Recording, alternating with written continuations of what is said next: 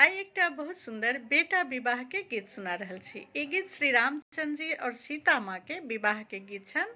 त सुनू और बेटा विवाह में गीत गायल जाय छै। सुंदरी घोड़ी बापरी श्याम रंग दुलिहा है सुभी बाजनी बाजे सोने मुठी लागले लगाम है सुभी बाजनी बाजे पहिरी ओढ़िए दुलिहा चलिला बियाहनी है सुभी बाजनी बाजे सखी सब मंगली गाऊ है सुभी बाजनी बाजे सखी सब मंगली गाऊ है सुभी बाजनी बाजे जब श्री राम जी मिथिला पहुँचिला है सुभी बाजनी बाजे चेरिया कलसी ने ठारी है सुभी बाजनी बाजे चेरिया कलसी ने ठारी हे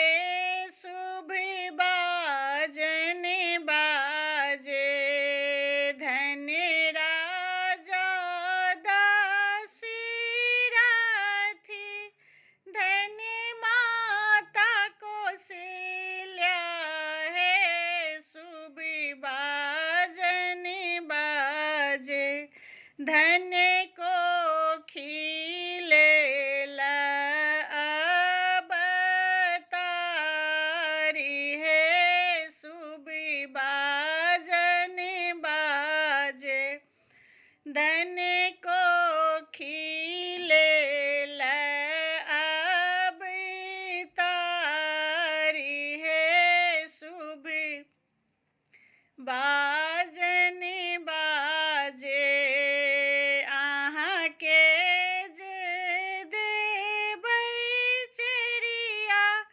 सोना के कांगनी माँ है सुभी बाजनी बाजे सीता के रूप बताऊ है सुभी बाजनी बाजे सीता के रूप राम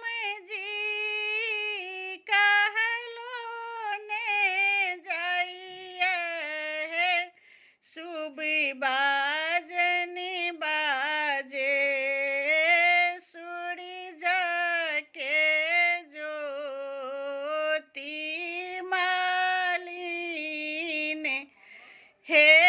सुभी बाजनी बाजे सूरज के ज्योति मालिनी है